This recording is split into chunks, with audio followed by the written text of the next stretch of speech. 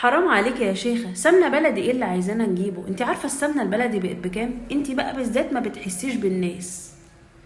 يا فندم انا عايزاك تستخدم كمية قليلة جدا، يمكن كمان اقل من معلقة الشاي. ولو مش هتجيب اصلا مفيش مشكلة، اوجد طرق طبخ تطبخ بيها من غير سمنة بلدي، افضل ما تصرف فلوسك على علاج القلب والضغط والسكر.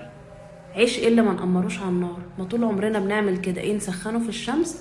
لا يا فندم، سخنه في الفرن. ما ينفعش العيش يلمس النار خالص، سخنه باي طريقه، المهم يكون في عازل بين العيش والنار.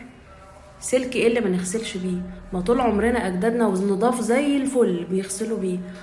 اه بس ممكن يبقى بقايا منه تضر بصحتك، احنا في غنى عن ده، فاستخدم الليفه افضل بالخل. بصراحة بقى انتي كرهتينا في كل الأكل. ايه نعيش على الطاقة الشمسية؟ لا يا فندم، كل الأكل اللي ربنا خلقه، بس من غير ما يعدي على المصانع.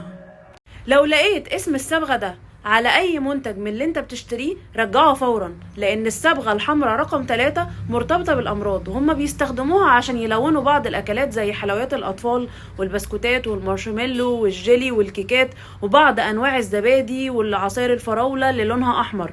فلو لقيت أي منتج ملون بالصبغة دي اوعى تشتريه، واشرف بنفسك على الحلويات اللي بتشتريها الأطفال.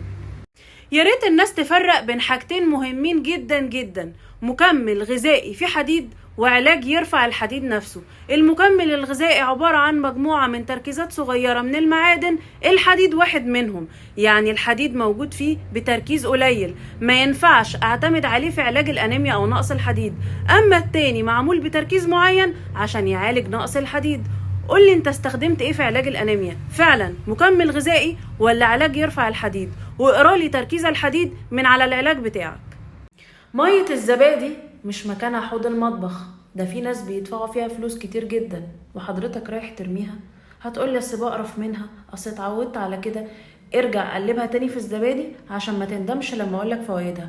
اول حاجة هي مليانة بروتينات وكالسيوم، تاني حاجة هي تحميك من هشاشة العظام، ومليانة فيتامينات ومعادن وبكتيريا مفيدة، وهتحسن صحة جهازك الهضمي، ده غير انها بتحسن الصحة العامة.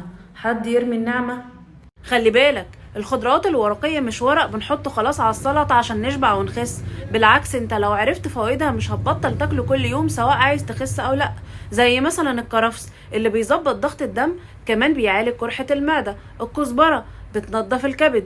السلق مفيد جدا جدا للقلب. الريحان بيعالج ويخفف التوتر. كمان الجرجير بيحمي من الامراض الخبيثة. فحاول تنوع بينهم في اكلاتك اليومية.